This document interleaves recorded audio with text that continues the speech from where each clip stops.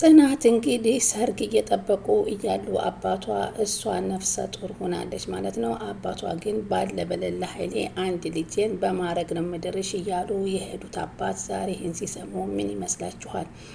በሀገራችን አይደለም ማርገዝ ነፍሰ ጡር መሆን ቀርቶ ሻሽ የሚባል የደም ሻሽ አለ ያለችው ጎበዝ ዛሬ ያረገዘች እና አባቷ በጣም ደነገጡ ይህን ሲሰሙ። እንግዲህ ባለፈው እንግዲህ እንዳያችሁት አባቷ ቢሰሙ ደስተኛ እንደነበሩ ሆኖም ግን ሰርግ እንደሚያዘጋጁ ተናግረው ነው የሄዱት። የመራዊት እንግዲህ አማቷ ደግሞ የዳዊት እናት ድንገት ከች ብላ መራዊት መድኃኒት እንደምትጠቀም አውቃባታለች፣ ህመሟንም ተረድታታለች። እሷ ግን ራሴን አሞኝ ነው ብላ ብታስተባብልም ቶሎ ቶሎ መድኃኒቶችን አትውሰጂ ስትል ነበር የተናገረቻት።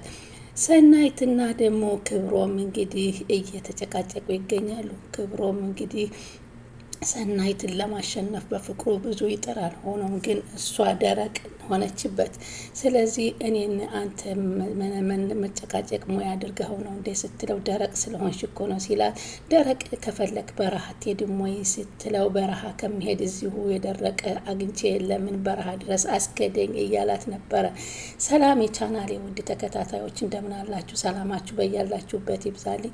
ለቻናሌ አዲስ የሆናችሁ ሰብስክራይብ ያደረጋችሁ የደወል ምልክቷን መጫን አትርሱ። ሰብስክራይብ፣ ላይክ፣ ሼር የምታደርጉኝ ከልብ ነው የማመሰግነው።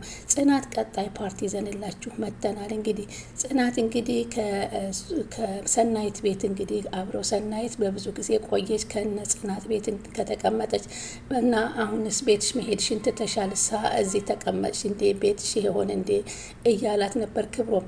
ከዛም ምናልባት እኔ ከአንቺ ቤት መምጣት ሳቆም ይሆናል እንደ ወደዚህ የመጣሽው ሲላት፣ ኧረ እባክህ እያለችው ነበረ።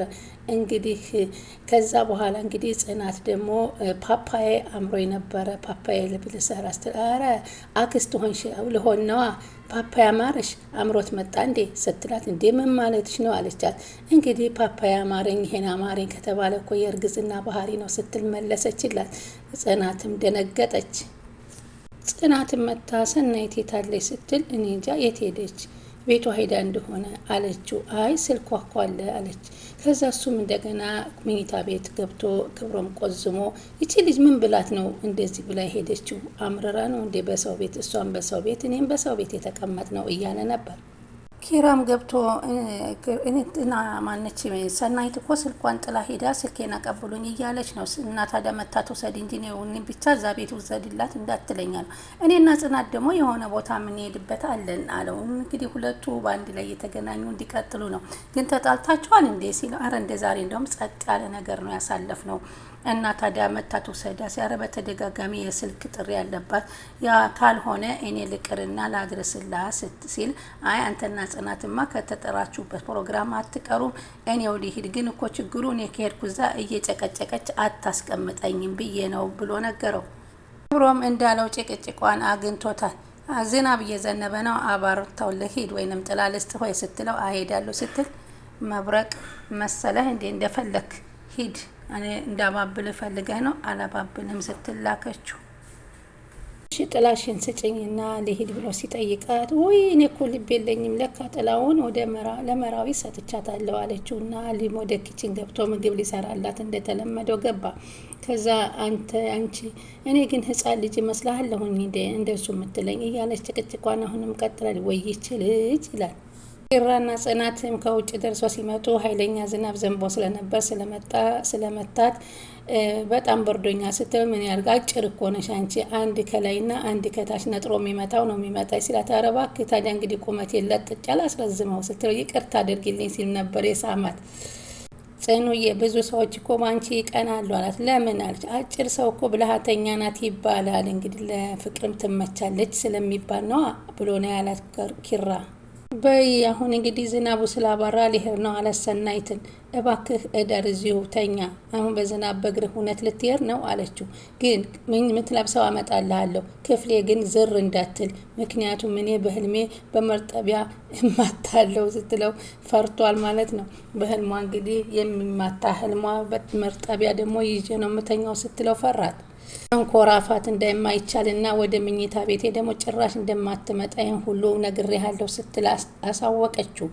ሰናይት ቤት እያጸዳች ካልሲውን ታገኘዋል። ይሄ ካልሲ መቼም የኔ አይደለም የዛ ክርፍፍ ነው። አሁን ደግሞ ለዚህ ካልሲ ሲል ሊመለስ ነው ትላለች። እንዲያውም ይህን ካልሲ በፌስታል ወስጄ ፊቱ ላይ ነው ምጥልለት እያለች ተናደደች። እኔ እንግዲህ ካልሲውን ይዛ ወደ እነ ጽናት ቤት በፌስታል ሄደች። ከዛ ምን ነው ጠፋሽ አለቻት። እንዴ አንቺ እንዴት ነው የፍቅር አጋርሽ ስትላት ደግሞ እኔ ባክሽ በጥብጫ አልግትሽ ምን እያሰብሽ ነው? እንግዲህ ደግሞ ወደ ፍቅሩ ተገባሽ ማለት ነው። ኦይ ጉድ አለች።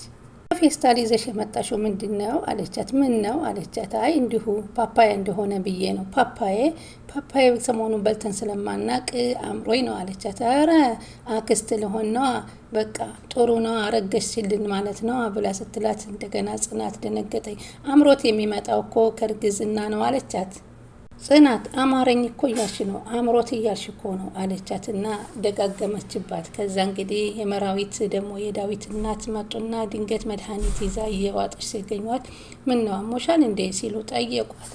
አላመመኝም ራሴን ትንሽ አሞኝ መድኃኒት ለወስድ ነው ስትላቸው መድኃኒት አታብዥ ልጄ አሏት። ግን እናትሽ ስትጠፋ የጠፋች የት ሄዳ ነው ብለሽ አትይኝም እንዴ አፈልጊኝም እንዴ ስትል ነበር የጠየቀቻት። እንግዲህ ያው ህመም እንዳለባትና እንደምትታመም መድኃኒት እንደምትወስድ የዳዊት እናት ተረዳችባት ማለት ነው። ዳዊትም እማዬ በቃ አንቺ መጣው ሳታንኳኪ ሳትደውይ መምጣት ጀመር ሲላት የመጣሁት እኮ ልጄን ላይ ነው። ኧረ ተከዳሁ ማለት ነው እማዬ አላት። የተከዳኸው እኮ ይችን የመሰለ ቆንጆ ስታመጣ ነው ሲሉት ዳዊት ኧረ ነው እንዴ አለ። በለፈለፉ ባፍ የጠፉ ሲባል አታውቅም። መጀመሪያ አንተ እኮ ነህ የጀመርከው እያለች መራዊትም ዳዊትን ትላለች። ከእንግዲህ ወደ እናንተ ሁለታችሁ በተቀመጣችሁበት ዝር አልልም አለ እና ታዲያ እንግዳማ የወንዶች ማህበር አቋቁማለሁ ሲል እናት ደግሞ እኛስ የሴቶች ማህበር አናቋቁም ያለ ማን ነው ሲሉ ይመልሳሉ። ጨዋታቸው በጣም ደስ የሚል ነበር። ዳዊትም እንግዲህ እናቱን እንደው ለመሆኑ አባቴ ቤቴን አይመረቅልኝም ቤቴን አይልኝም እንዴ ሲል ይጠይቃል። የሆነ ፕሮግራም ተጠርቶ ሄዷል። አንቺስ ለምን አልሄድሽም? እኔ ደግሞ ዛሬ በቃ እናንተን አለኝና ወደ እናንተ መጣሁኝ። በቃ እንኳን መጣሽ ታድሪያለሽ ትውያለሽ ሲላት በፍጹም በአባት ብቻውን ይሆንብኛል። አየሽ የኔ እናትና አባት እንዴት እንደሚዋደዱ አለም ለመራዊት እና እህቷን ካናገረች በኋላ ከቅዱስ ጋራ ደግሞ ቁጭ ብላ እባክህ ተወኝ እኔ ብቸኝነት ነኝ ከአራት ግድግዳ ጋራ ነው ማድረው ስትለው ኧረ አንቺ ብቸኛ አትባይም በዙሪያሽ እኮ ብዙ ሰዎች አሉሽ እነ ጽናት እነ ክሩቤ እነ ናሆሜ ሁሉም አሉሽ እንዴት ያለሽ ሲላት በቁጭ በየት ልትሄጂ ነው ብሎ ሲላት ስልክ ተደወለላት። እሰይ እንኳን ተደወለልሽ ብሎ የራሱንም ስልክ ማንሳት ቀጠለ ቅዱስ። ጽናት ሰናይት ስትጠፋባት ይጨንቃታል። ምን ሆና ይሆን ምን ገጥሟት ይሆን እያለች ታስብላታለች። በችግሯ ጊዜ አይዞሽ እያለች ለኪራ ለዚህ መስዋዕትነት የከፈለችላት ሰናይት ናት። አትጨነቂ ይላታል ኪራ። እንዴት አልጨነቅላትም እሷ በጣም ታሳዝነኛለች እኮ አለችው።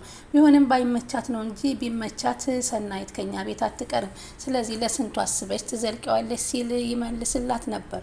ራም ጽኑዬ አሁን አንቺ ደክሞኛል እያልሽ አይደለ ተኚ አላት። እንዴት ሳሎን እኮ አህያ የወለደበት መስሏል። ሳሎኑን ሳላጸዳ እንዴት ነው ምተኛው ሲል አይ በቃ አንቺ አረፊ እኔ አጸዳዋለሁ አላት። እንግዲህ ይሄ ድካምን የሚለው ነገር ያው የእርግዝና ባህሪ እንደሆነ ታውቁታላችሁ። ስለዚህ እሷን አስተኝቶ እሱም ለማጽዳት ዝግጁ ሆነ። በይተኝ ብሎ እንግዲህ ተኝታለች ማለት ነው። ከዛ ደግሞ ሰናይት ጠብቃ ካልሲውን ለመስጠት ስትል መጣላት። ይሄው ያንተ ካልሲ ነው ብላ ስትለው አዎ አመሰግናለሁ ካልሲ የተመለሰልኝ ሲላት እባክህ ደግሞ ከመምጣትህ አታናዳታለች ጽናት። በቃ ምን ላድርግ ብለሽ ነው? እሷ እኮ ከኔ እዚህ ሲሆን እዚህ ትመጣለች እዛ ስትሆን እኔ እሄዳለሁ ይላል።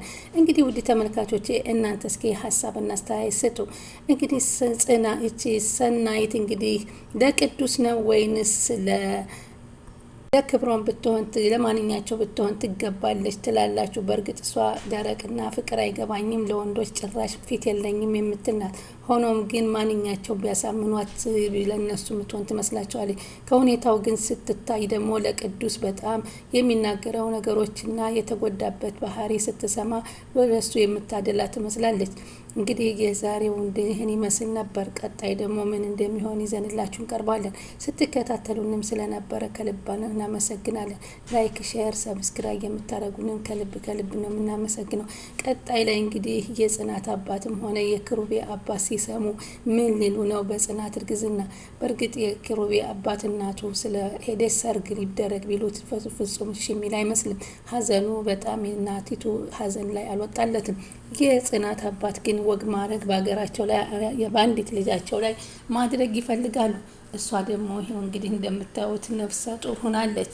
ይህን ሲሰሙ የሚሉት ምን ይመስላችኋል? ኮመንት ላይ እስኪ አስፍሩልን። ይህንና ሰናይት ለማን ትገባለች የሚለውንም እስኪ አስፍሩልን።